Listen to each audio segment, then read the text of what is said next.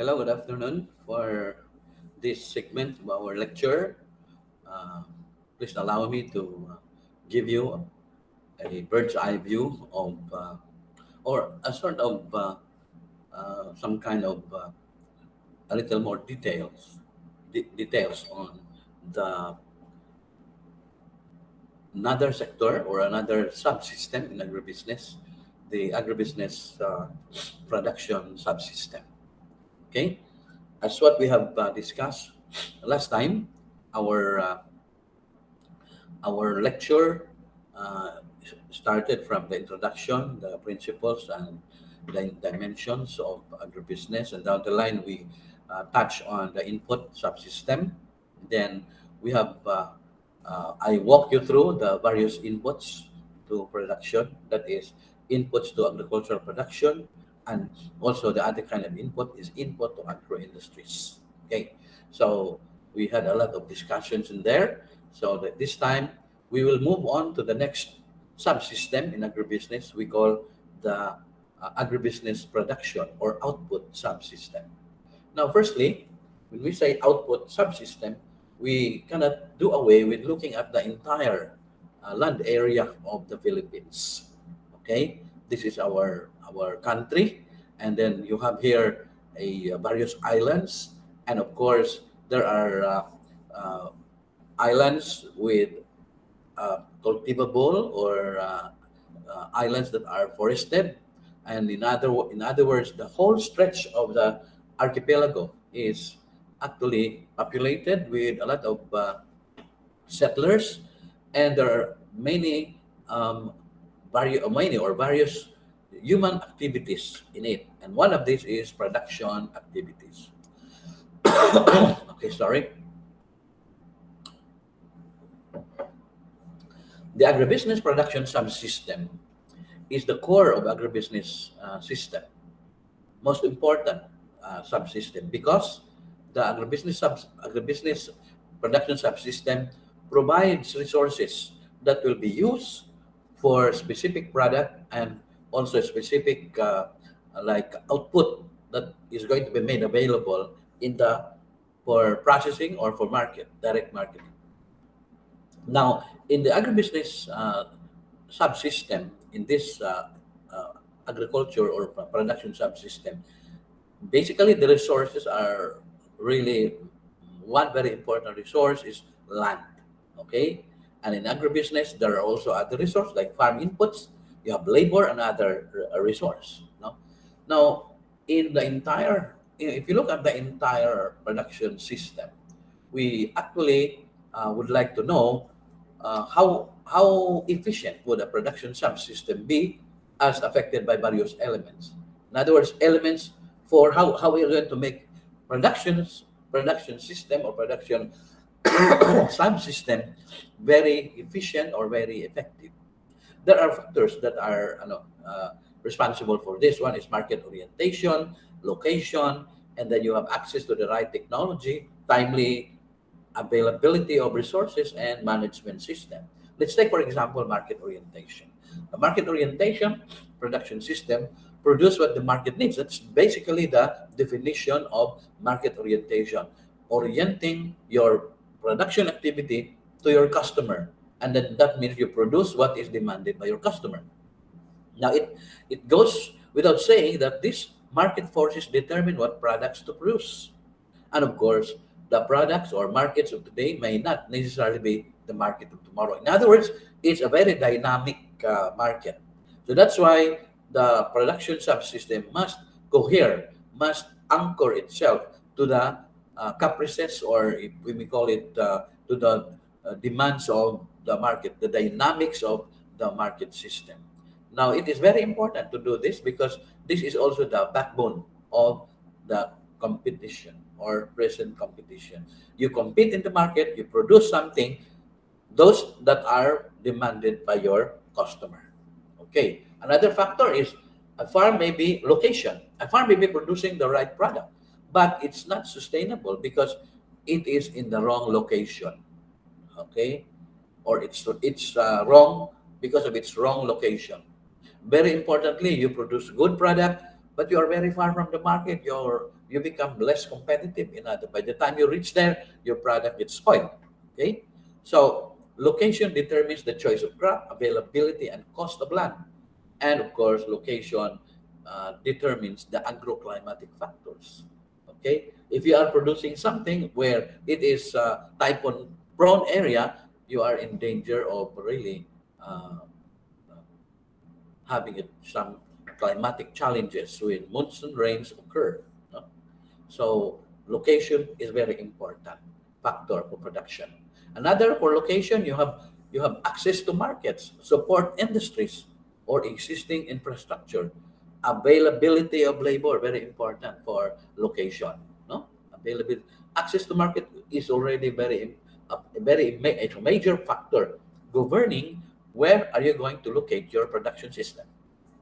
And then the other thing is access to the right technology. Okay, you say if you want to be competitive in the market, there are three very important, factors to consider. One is cost. The other one is technology, and the other one, of course, is actually quality. Okay, although technology and quality goes hand in hand. Okay, because technology influences productivity, product quality, and production cost. Okay, so that means access to the right technology very important to really take advantage of the economies of scale in production.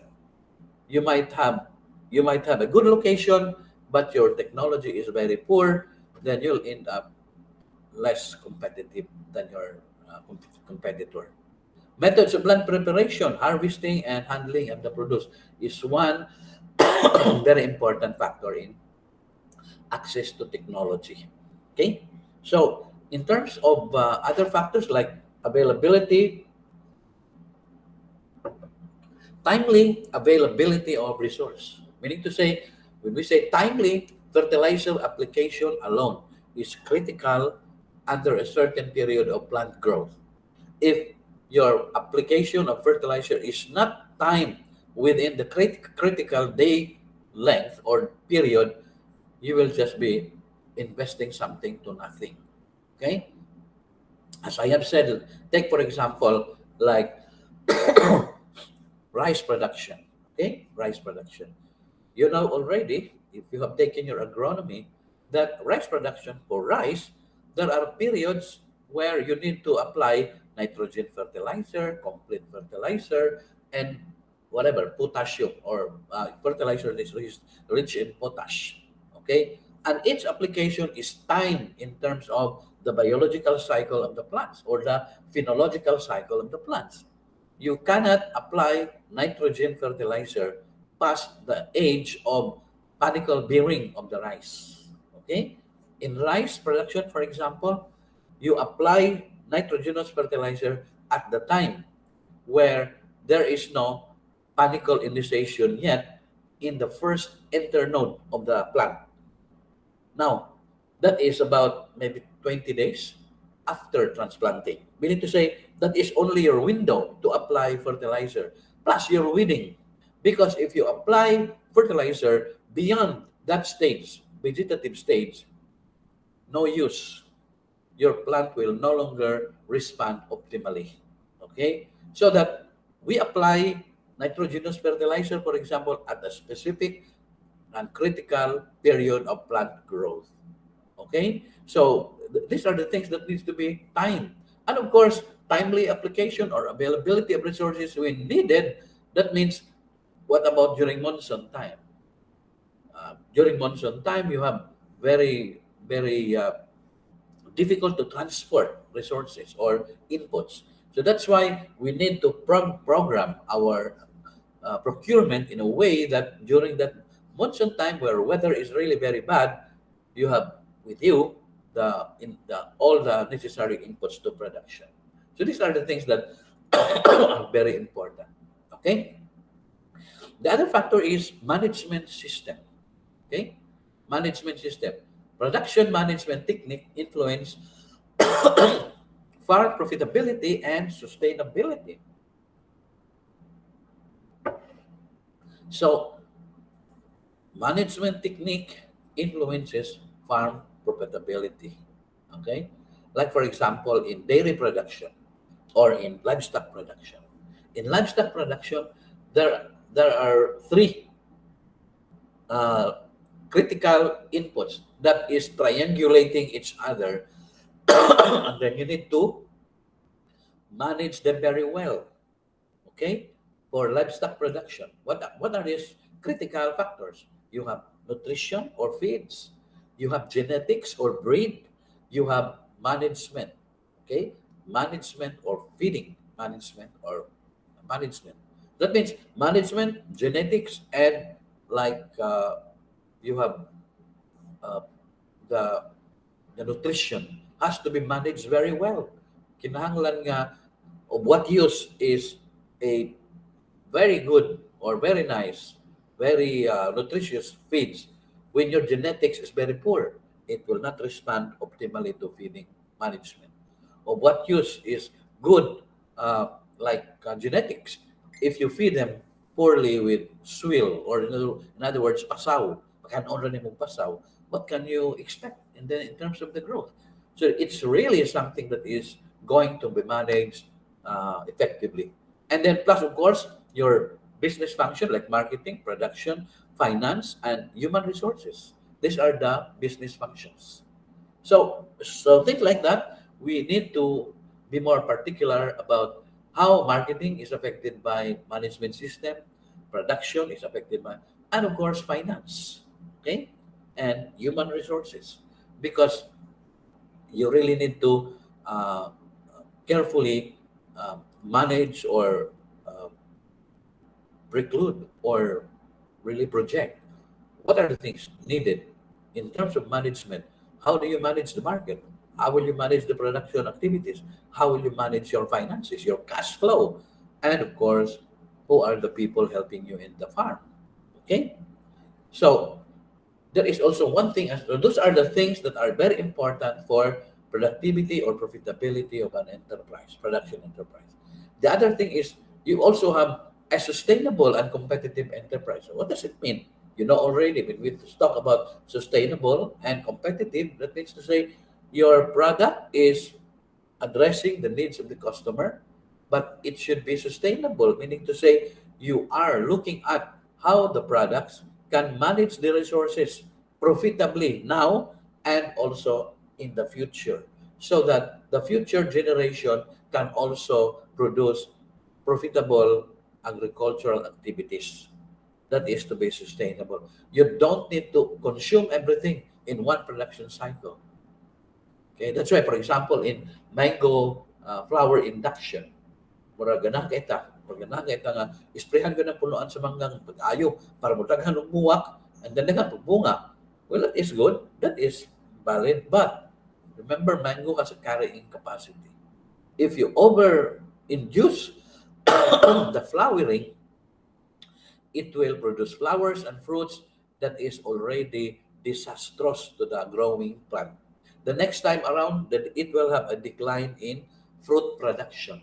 Or better yet, the mango will decline in health and eventually it will die in terms of really running short of the necessary nutrient, because fruits are very nutrient consuming, say, part of the plant.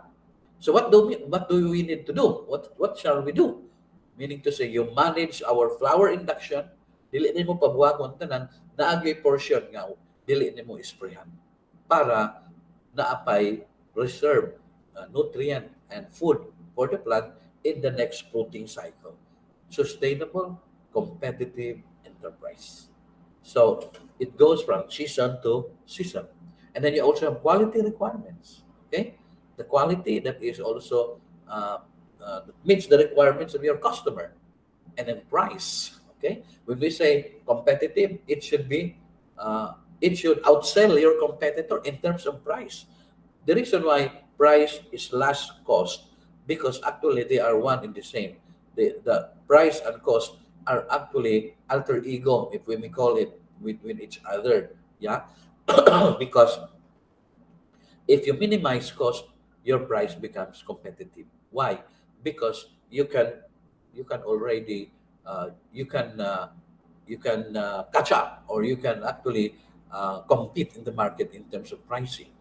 If your pricing is really pegged at a certain level, you need to control your cost, because you cannot control the price, but you can control the cost. Products sold must be price or cost competitive relative to the supplier. Okay, no? So another is service delivery. When we say competitive, we mean it will outsell your competitor in terms of service, your product, service or reliability, and good feedback. After sales service is also good. No? So you have to have a good customer relationship management, so that the enterprise must be able to respond to the needs of the buyer, and you have their reliability. If the buyer needs this, you deliver exactly what they need. Okay? And then something like that. To be competitive, you have to have a good relationship with your, your customer. The Philippine farms. So some quick statistics. The land area of the Philippines, okay? You have the Philippines actually has about 298,000 square kilometers, or in terms of hectares, you have about 30 million hectares. Ato diri. And you can see that with that number of hectares, you have agricultural land is 9.6, arable is only 1 4.9 million, permanent crop 4.2, permanent meadows or pasture zero point 0.9, 4.12, and forest land is about 74 million hectares. Okay? Or 74.074 million hectares. So that is the 300,000 square kilometers, or 30 million hectares. Okay? So you have there the area, but with that area, remember, the arable is only 9.6. But in terms of irrigation, less than 50% of that 9 point something million hectares is irrigated. The others are unirrigated. So it's a challenge for irrigation. Now, there are various connotations when we say farm. A farm here in the agribusiness lens is any piece or pieces of land having a total area of at least 1,000 square meters. Okay? For growing, partly growing crops such as palay, corn, fruits, vegetable, tending livestock, regardless of the number or any, or area used for raising at least 20 heads of livestock and 100 heads of poultry. So farm na siya. Okay? Na ay, a farm is really have some parameters to consider. Nagbuhi kag baboy, lima na kabuok, di pa na farm. Nagbuhi kag baka, mga tulo o patra kabuok, di pa na farm. It's just a backyard livestock raising. But once maabot na 20, and then 100 na kabuok poultry or broiler or layer, that's already a farm. It's not a joke to be tending this number of livestock. Okay? So that there are parameters when we say farm. In the farm also is planted with either temporary crops. Okay, temporary, maybe change from one season to another. There's also what we call as a permanent crop that occupy the land for a period of many years. Okay, temporary, permanent crops. Now, distribution of agricultural area by type and utilization, it's about the land area is 32% of the country's total area constitute agricultural land. Of this, arable is 51%. Okay, and 44% were arable and permanent croplands, respectively. Okay, so that's the delineation of the different types of agricultural area. You have also this distribution. There are more males in the farm in the Philippines than females. Okay, number and size of farms in 2002, the 9.7 million hectares of agricultural land was divided into 4.8 million farms, and then the number and size of farms decrease in total farm and decrease in total farm area could be attributed to the conversion of farmlands to residential and commercial purpose. So there is land conversion happening even in Baybay, decreasing even the total farm area in the Philippines. Gibutangan nag gitambaka na, gihimo ng condominium, gihimo ng unsa pa na diha. Then we are actually seeing a decreasing area of arable land in the country. The number and size of farms, the average farm size is 2.2 in 1991. And in 2002, it's 2.0. Now, in 2018 or 19, I did not put it here, it runs to about 1.6. So you'll notice that the average farm size is compressing and compressing as years go by. So what is the message? The message, therefore, with a decreasing area of land, we need technology to catch up with the needed production in order to feed our population. Because if we still want to use the same technology as maybe 20 years ago, it won't feed the country. Okay? Kuanta, mahimo tang very vulnerable to importation. Plus, of course, very ineffective ang atong post-harvest facilities. Now, the number and size of farms you have reduction can be attributed also to comprehensive agrarian reform. Okay, according to them, the distribution of land to the landless through CARP is also one of the reason why decrease ang farm size. Actually, also this particular program is not progressing very well. No, it needs enough political will to fully implement agrarian reform, and there are strategy that can be used to maximize production of a certain area without compromising the efficiency of production. So crops and animal produce, palay mo na pinaka dako sa ato, and then followed by coconut, chicken, then major livestock in 2.5 million, 2.1 millions. Ornamentals and cut flower is also planted. Now, we see from different types of farm, we also look at very closely the classification of Philippine farms by legal status. Okay, by legal status. You see here, individual farms refer to farms operated by individual or juridical person. Okay, you also have corporation. There are corporation. Corporation is a juridical person, meaning to say it has a legal personality, and it can also own land granted by the state. And then you have also partnership, which means that the farm is owned by a legally formed business organization. There are also we call cooperative, and still being worked out is actually from cooperative. You have also a cooperative corporation. It's a new enclave of land development. Okay, cooperative corporation. You search what is the meaning of that, but it's actually a type of cooperative or corporation where the ownership of the stocks is solely based among members, wala external investor. The members are the ones also investing into the corporation. It's really just a simple cooperative, but there are stocks issued also. But the stocks are actually distributed among members. Within ownership, therefore, is limited to members of the cooperative. You also have government institution, refers to the ownership of huge government entities owning land and converting that for productive purposes. Class. I was visited yesterday by a member of the Bureau of Correction and Bureau of Correction and Penology, BGMP. No, so in Leyte, they want, because they have a huge land reservation, they will make use of that land productively. They want us to train them how to plant various crops so that the inmates can also be made useful in that reservation area.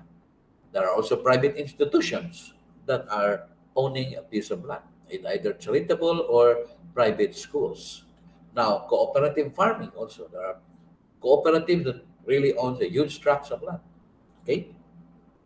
So cooperative farming is there is sharing of resources, optimization of land use, but not required to pay 35% tax. It's one of the beauties of cooperative. Cooperative organizations are tax-free. Okay, you can just imagine if you have a cooperative corporation, it's tax-free, it's profit-oriented also. Okay, there are also contractual arrangements existing. You have contract growing, production and marketing arrangement between entities, so not entries, two entities, which specifies several conditions for sale and requires the technical and other services to the production and entity. That is not entry. No? So advantages of contract growing, increased market because your partner in the contract growing arrangement will be the one to buy all. Okay.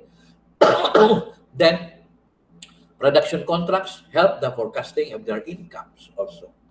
And then advantages to farmers, experimentation with exposure to new crops. Okay. So that means farmers under a contract growing arrangement will have the opportunity to plant new crops. Okay. Access to farm inputs because the inputs will also be provided by the integrators of the contract growing arrangement. And then you have minimal problems in managing an agricultural labor force. Why? Because it's actually provided by the integrator or your partner in the contract growing arrangement. Okay. Advantages to the firm or integrator. Okay. Detachment of the challenges of unionization. In other words, kung contract growing arrangement, wala. The arrangement is between you, the farmer, and the integrator. Then unionization is minimized to inexistent. So each partner will have the sole prerogative to perform the respective responsibility. Okay. Requirements of a contract growership. Of course, clear agreement. Company must contract with the farmers. Okay. But in crops, there are only very few contract growing arrangement. Contract growing arrangement is actually very common in livestock and poultry. Okay. And then efficient management of operation from land preparation to marketing. Okay. And then you have comprehensive research facility because the integrator will provide you with the technology. No? And then there is also crops that are required for quick processing, create incentives for elaborate collection system. Permanent and semi-permanent crops can be also an object for contract growing arrangement. Okay. Factors to the success of contract growing. These are production arrangement. No?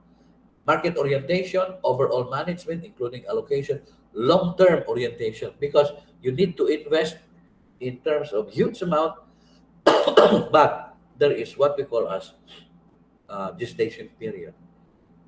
The problem is you are locked into that arrangement, but it assures you of the market also.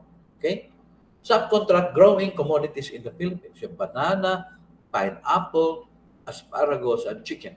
Okay, these are common na kayo. Now, in banana, you have there the unifruti. If you browse through the internet and find out what unifruti is doing in the banana plantation, you will find out that unifruti is actually doing a contract growing arrangement for banana, and then tying themselves with cooperatives, agrarian reform beneficiaries or cooperatives planting banana.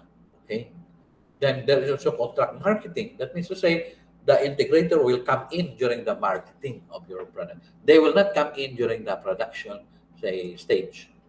Advantages, production risk, and sure market for farmers. Okay. And then sure supply of products for the buyers. Okay.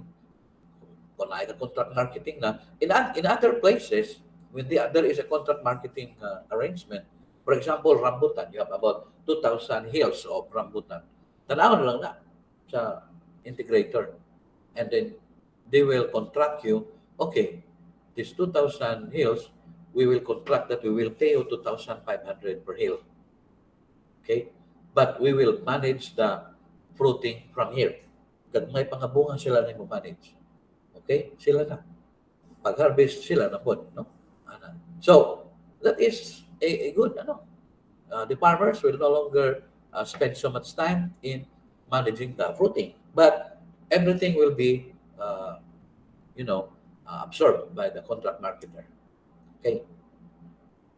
Now, in while developing countries can benefit from corporate farmer, it is no, it is not an all-out solution or panacea for many rural problems. Unemployment, underemployment, and hunger from rural areas still pervades in many parts of the country. Okay, cooperative farming and contract growing are very common already, but how it is implemented, really, there are some experiences, success stories, and so on. But it really is a very distant, say for example, distant consideration whether one particular model or arrangement is far better than another, because it depends on the factor you are facing. Okay, there are say for example, for in the agribusiness production system, when you market your product, there are strategies, marketing strategies. One is you market the products for mass market. Okay, so Kuridas mass market quality is very important, and the dedicated or suki system is very important also. Just like this one. Okay, these products are sold for mass market. Very important, Ani, is to have the product as fresh as possible because it is a fresh product. So this one, for fish, you are actually going to what? Make sure that what you are selling is fresh, dili na siya nalanta, because that is very critical for mass market. Okay? So, you have there marketing strategies for institutional buyers like hotels and restaurants. Quality is very important in there, or and on-time delivery. Plus, not only quality and on-time delivery, package and traceability is very important. Meaning to say, if you have the package, it is traceable to where it is being produced. Okay? That's why when we go into the institutional buyers, traceability is very important and quality is also very important. Hence, you can get a premium price if you go into the institutional buyers. Just like this one. You package, okay? You package your vegetable like this, but it's already has a very different image in the market. It is already barcoded, but these are fresh. But going into the institutional buyers. Dito sa mass market, walay packaging necessary. But when you go into institutional buyer, it's relatively expensive, but the quality requirement is also very important. Okay, you're selling potatoes in this package, so that's it adds up to the cost. You want to have this convenience, you pay the price. Okay, for packaging, you pack that in terms of whatever packaging material. Okay, you have this kind of fish, vacuum pack or whatever. So these are for institutional buyer. Quality, price, and of course, uh, timely, and of course, freshness is very important. Maski bulinaw, maski tambak, it's in styrofoam pack, so it commands a better price, but you need to pay for the quality. Okay, so convenient shoppers, okay, we just take out of the supermarket shelves, pick, and then go to the buy, and then pay that, and then go to the condominiums or their houses, and then cook, because these ladies, housewives, especially housewives, are working professionals. If they are working professionals, wala na sila time magsuloy-suloy ka sa wet market. So they go shopping dito sa institutional buyers. Problems and constraints in the farm production sector. What are the problems in the farm production sector? Now, the farm production sector or subsector, there is what we call as smallness and fragmentation of operation. In most agricultural crops, livestock here is a predominant among small farm areas. Okay, so in other words, fragmentation of production units is a uh, constraint in agricultural production. Then input sourcing is another thing, problems in the production subsector. Increased production cost because we are all importing inputs, and inputs in the farm are expensive because these are all imported. Okay, farmers lack of control over production conditions, weather, temperature, soil type, etc. Therefore, we have to face or deal with maintenance of quality during production operation is kind of constraining among farmers, difficult to standardize. You will notice that, for example, during harvest, how do we grade our vegetable? We grade our vegetable if you go to the mass market, first class, second class, and third class, something like that. Okay, first class ni. Okay, very nice. In times of shortage, the second class becomes the first class. It's very sliding. Okay, why? Because there are factors that beyond the control of the producer. Okay, just like this one, it's really experiencing a post-harvest problem due to monsoon rain. Okay, lodging of rice, it will eventually reduce production and the quality of the rice or palay becomes very poor. Okay, another is you also have controlling the quality for specific kind of fruit in some areas. Okay, now, transporting this kind of fruits across areas is also a problem because there are areas where disease are prevalent. Like, for example, in papaya, the PRSV, okay, the PRSV or the papaya ring spot virus. It's a very contagious disease of papaya that requires thorough quarantine like practice or protocol. You cannot just transport papaya from one region to another. They are monitoring very closely on the contamination of PRSP, papaya ring spot virus. Because once the PRSP will hit your farm, it will wipe out the plantation in no time. You cannot sell anything from your crop. Okay, marketing problems also is one challenge in agribusiness production system. Lack of market and perfectly competitive market for agricultural produce, no product differentiation. At the lowest, at the lower level of the customer level, there is no branding. Na branding dito sa institutional buyer. Pero dito sa mass market, it's not possible to put brand. Difficult access to market information, especially on farmland areas. Now, farm sector problem also. Market linkaging and strengthening of existing market linkage. Identify opportunities, open up new markets. So these are linking challenges. That means to say individual farms are so far from the where the action is in terms of the market. They need to have enough linkaging strategies so that they can take advantage of the dynamism and the profitability of high-end markets. Okay, market linkaging and strengthening existing marketing linkages. One very important problem. Small to medium and commercial farm production alliances. So there are small to medium farm production alliance like contract growing. That means clustering can work in agriculture. But there are only very few kind of crop where clustering is successful. Like vegetable, clustering is very successful in Cebu and in the Eastern Visayas. But in other areas, it is still very challenged. Okay? Now, in this particular, uh, situation, we need to consider, okay, we need to consider the factors for improving farm productivity. What are the factors? Making agricultural production system effective or competitive. You have the factors on market, location, etc. And then you have also different strategies for marketing agricultural produce for mass market, for institutional buyers, and so on and so forth, and such and so. Okay, So it's really very important that we need to look into what are the problems in the agribusiness production support system.